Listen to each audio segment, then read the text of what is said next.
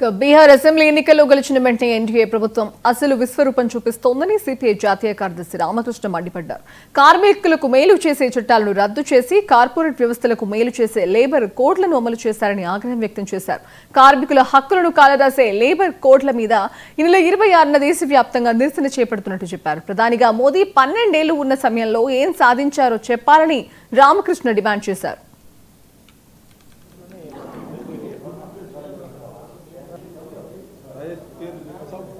దేశవ్యాప్తంగా కూడా వారు అన్ని కార్మిక సంఘాలు నిరసన చేపట్టబోతా ఉన్నాయి.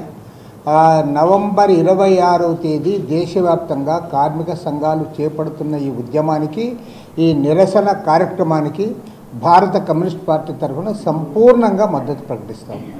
ఈ 11 ఏళ్ల పరిపాలన తర్వాత పరిస్థితి ఏంటంటే 89 రూపాయల 61 పైసలు రికార్డు స్థాయిలో అధమ స్థాయికి దిగజారిపోయింది.